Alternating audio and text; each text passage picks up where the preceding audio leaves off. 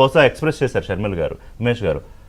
అది ఖచ్చితంగా అండి. లైఫ్ థ్రెట్ ఉన్నప్పుడు ఆవిడ ఖచ్చితంగా అభ్యర్థన ప్రభుత్వానికి చేసుకుంటే ప్రభుత్వం దాన్ని మన్నించి 100% ఆవిడకి కావాల్సిన ఇనఫ్ సెక్యూరిటీ, ఆవిడ కడప వెళ్ళినప్పుడైనా కావచ్చు, లేదా హైదరాబాద్ లో ఉన్నప్పుడు కావచ్చు, లేదా ఆంధ్రప్రదేశ్లో పర్యటిస్తున్నప్పుడైనా కావచ్చు, ప్రొవైడ్ చేయాల్సిన బాధ్యత ఖచ్చితంగా ప్రభుత్వానికి ఉంటుంది. ఆవిడకే కదా, ఏ పౌరులకైనా వాళ్ళకి డ్రైవ్ థ్రెట్ ఉంది ఫర్ సో రీజన్ అని ఎవరు ఎస్టాబ్లిష్ చేసుకున్నప్పుడు ఖచ్చితంగా ప్రభుత్వాన్ని అప్రోచ్ చేసుకోవాల్సిన అవసరం ఉంటుంది. ఆ ప్రభుత్వానికి ఒక రిప్రజెంటేషన్, డీజీపీ గారికి ఒక రిప్రజెంటేషన్ పెట్టుకుంటే దాన్ని ఫేవరబుల్ గా కన్సిడర్ చేసి వాళ్ళకి కావాల్సిన సెక్యూరిటీని కూడా ప్రొవైడ్ చేసే అవకాశం ఉంటుంది. చేస్తారు కూడా. అది చాలా సార్లు కూడా మనం అబ్జర్వ్ చేసాం, చూసాం కూడా. ఇక్కడ అన్నిటికన్నా ముఖ్యమైనది, ఈ ప్రభుత్వం వచ్చిన తర్వాత ఒక చర్య చేపట్టడం జరిగింది మూర్తి గారు, క్షమించాలి ఋషి గారు. అది మనం ఖచ్చితంగా మనం అది we have bring it to the notice of the audience and also to the panellist అనమాట. ఏంటంటే ఒక కేసు పెట్టడం జరిగింది సునీత గారి మీద, నర్రెడ్డి రాజశేఖర్ రెడ్డి గారి మీద, అదేవిధంగా అప్పుడున్న ఆఫీసర్ గారి మీద ఒక కేసు పెట్టడం జరిగింది.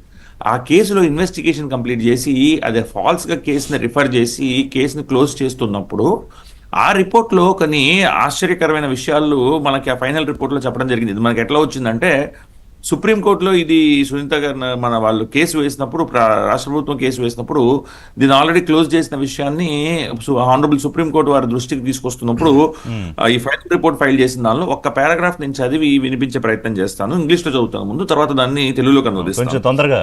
Sure. In view of the above facts elicited, it is established that this case has been falsely foisted by W1 upon the accused in order to sabotage the investigation. అంటే CBI investigation ఏదైతే నడుస్తుందో YS Vivekananda Reddy గారికి సంబంధించిన murder కేసులో దాన్ని నీరుగార్చడానికి, సబటాజ్ అంటే కుట్రలాగా, ఇంకా చెప్పాలంటే ఒక బలమైన కుట్రలా చేయడం కోసం build up a counter narrative that can be used in the court of law to absolve the MP Kadapa YS Avinash Reddy and few other accused of the said murder case and to arm twist the CBI officers. అంటే CBI officers ని arm twist చేయటం అంటే బలవ అంటే వాళ్ళు ఒక భయాన్ని నింపటం అన్నమాట. నాకు అర్థమైంది. ఒక్కటి చెప్పండి, అవినాష్ బెయిల్ పై ఉండగా వివేక హత్యలో న్యాయం జరగదా? దీనికి స్ట్రైట్ గా అంటే ఇది షర్మిల గారు ఎక్స్ప్రెస్ చేసిన ఒక ఆందోళన కానీ అనుమానం కానీ అంటే జరగదా అంటే, ఇప్పుడు ఒక విషయం అండి, నేను 100% చెప్పగలుగుతాను.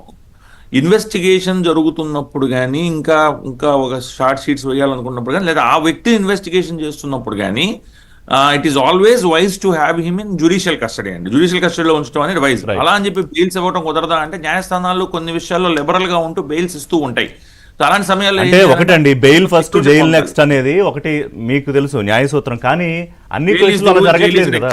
ఇప్పుడు అన్ని కేసులు అలా జరగట్లేదు. అది వచ్చింది వ్యవస్థలో కొన్ని చోట్ల మీరు మొదట్లోనే అన్నట్టు అన్ని వ్యవస్థల్లో కూడా కొంచెం డీప్ గా ఇంకొకసారి చర్చ జరగాల్సిన అవసరం ఉంది. ఎందుకంటే ఇక్కడ ప్రాణాలకు సంబంధించిన విషయం. Thank you. అంటే జనరల్ గా bail is the rule, jail is an exception.